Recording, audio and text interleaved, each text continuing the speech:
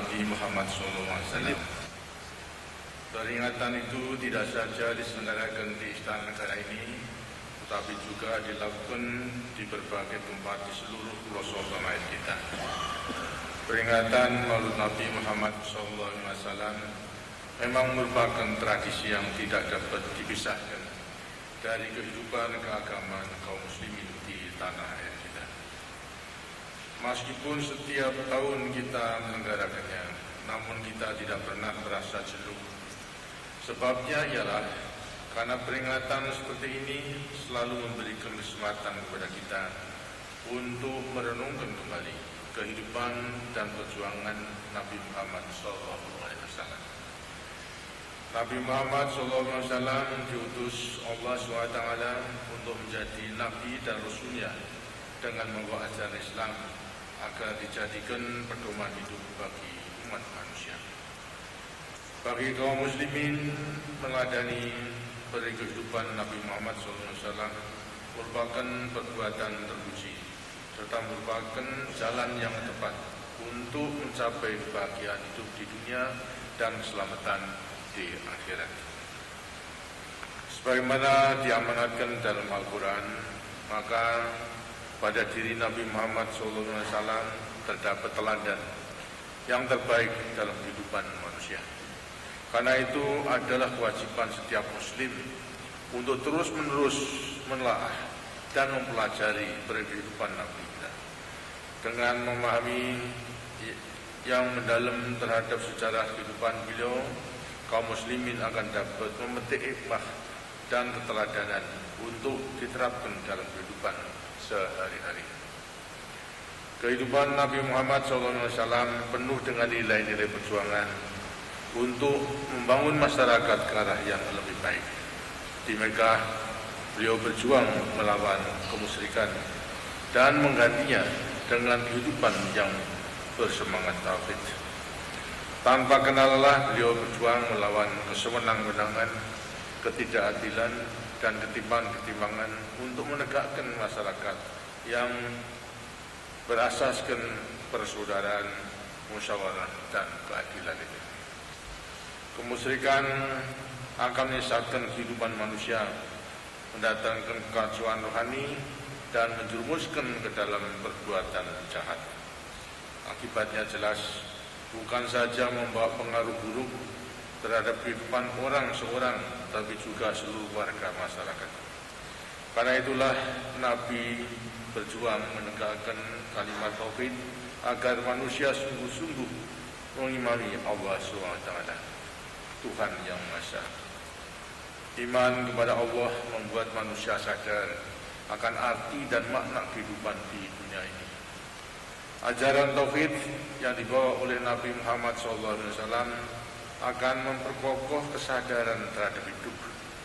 Semua manusia berasal dari Tuhan dan akan kembali kepadanya. Hidup yang sementara ini harus diisi dengan amal saleh, diisi dengan apa saja yang baik. Sebagai khalifah Allah di muka bumi, manusia juga memikul tanggung jawab untuk memakmurkan bumi dan memelihara kelestarian alam semesta ini. Mereka diingatkan juga agar jangan sekali-kali melakukan kerusakan di muka bumi ini. Seperti saya katakan tadi, Nabi Muhammad SAW juga berjuang melawan kesewenang-wenangan, ketidakadilan, dan ketimpangan ekonomi masyarakat mereka. Gagasan-gagasan pokok mengenai semua ini telah ditanamkan sejak beliau pertama kali berdakwah di Mekah. Namun baru dalam periode Madinah setelah hijrah, beliau mampu membangun masyarakat yang bersedikan semangat persaudaraan, keadilan, dan persamaan derajat. Perjuangan berat itu dimulai dengan suatu tekad dan keyakinan bahwa apa yang diperjuangkan itu adalah kebenaran. Akhirnya semuanya itu mencapai keberhasilan.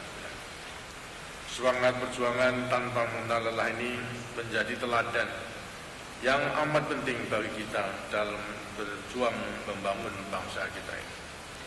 Nabi Muhammad SAW telah mewariskan nilai-nilai rohaniah dan akhlak yang mulia kepada umat manusia. Nilai-nilai rohaniah itu akan terus terpelihara jika kita terus-menerus mendekatkan diri kepada Tuhan. Makin mendekat hamba dengan haliknya, makin ia memiliki ketentraman batin, kejernihan berpikir, dan sikap arif dalam memandang setiap persoalan. Akhlak mulia itu terasa bertambah penting di tengah-tengah dunia yang terus bergerak maju ini. Kedua hal ini, nilai-nilai rohaniah dan akhlak mulia, sangat besar peranannya dalam pembangunan bangsa kita. Dalam dunia yang makin terasa mengecil akibat kemajuan ilmu pengetahuan dan teknologi, manusia mudah mengalami rasa keterasingan. Nilai-nilai rohaniah yang kuat akan mampu mencegah keterasingan itu dan membuat perjalanan hidup menjadi penuh makna. Di tengah dunia yang penuh dengan perkembangan ekonomi, maka unsur kepercayaan memainkan peranan yang amat penting.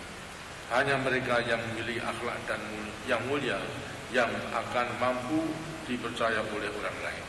Akhlak mulia mengantarkan kita untuk memegang teguh nilai-nilai kejujuran, keadilan, dan kemanusiaan. Kaum muslimin yang berbahagia, kita adalah bangsa yang maju dalam suku dan ras, majmuk dalam adat istiadat dan bahasa, majmuk pula dalam agama dan kepercayaan. Dalam kehidupan agama, kemajmukan itu tampak dalam kehadiran berbagai agama dan juga kehadiran berbagai aliran yang berbeda-beda dalam satu agama. Mengingat kemajuan bangsa kita itu, maka saya dengan tidak jemu-jemunya mengingatkan agar kita semua, terutama para pemimpin bangsa kita, lebih-lebih para pemuka agama, untuk memelihara kerukunan di antara sama kita. Perbedaan agama jangan sampai membuat kita terpecah belah dan bermusuhan satu sama yang lain. Masalah agama menyangkut keyakinan dan hubungan yang sangat pribadi antara manusia dengan Tuhan. Oleh karena itu, seperti berulang kali saya katakan, bahwa pemerintah tidak akan dan tidak mungkin mencampuri masalah internal agama, baik yang menyangkut keyakinan akidah, tata cara peribadatan maupun organisasi kelembagaannya. Undang-undang dasar kita secara tegas menjamin kemerdekaan beragama dan kebebasan untuk menjalankan ibadah menurut agamanya dan kepercayaan itu. Kemerdekaan agama adalah hak yang paling asasi yang berasal dari Tuhan, bukan pemberian negara atau pemberian golongan. Bagi kita umat Islam, kemerdekaan beragama itu sangat dihormati. Tak ada paksaan dalam agama, demikian ditegaskan dalam Al-Quran. Bahkan Nabi kita Muhammad SAW melarang kita untuk berlaku tidak adil terhadap orang yang kita benci sekalipun. Sebagai bangsa kita, kini kita sedang giat-giatnya melaksanakan pembangunan untuk mencapai kehidupan yang maju dan bermartabat. Semua cita-cita kita itu tidak akan terwujud jika kita tidak memperjuangkannya. Al-Quran telah mengingatkan bahwa Allah SWT tidak akan mengubah nasib suatu bangsa sebelum bangsa itu berjuang keras untuk mengubah nasibnya itu sendiri. Umat Islam hendaknya melihat pembangunan juga sebagai pelaksanaan dari sebagian kewajiban keagamaan kita. Jika pembangunan nasional itu dilaksanakan dengan niat yang ikhlas dan demi keselamatan dan bagi kita semua, saya yakin bahwa hal itu adalah ibadah. Sebagai ibadah, pembangunan harus diletakkan di atas asas rohaniah dan akhlak yang mulia. Keberhasilan yang kita capai dalam pembangunan wajib kita syukuri sedalam-dalamnya. Sikap bersyukur itu amat penting agar kita tidak lupa diri di tengah-tengah keberhasilan itu. Sedangkan terhadap kekurangan-kekurangan yang kita hadapi, hendaknya kita menanggapinya dengan sabar. Bersabar bukan berarti kita menerima keadaan dan menyerah kepada nasib. Sebaliknya, kita berusaha dengan segala daya upaya agar kekurangan-kekurangan itu dapat kita atasi dengan sebaik-baiknya. Sebagai manusia beriman, kita hendak yakin bahwa jika mampu bersabar menghadapi hal-hal yang kurang menyenangkan, Allah SWT tentu akan membukakan pintu ke arah keberhasilannya.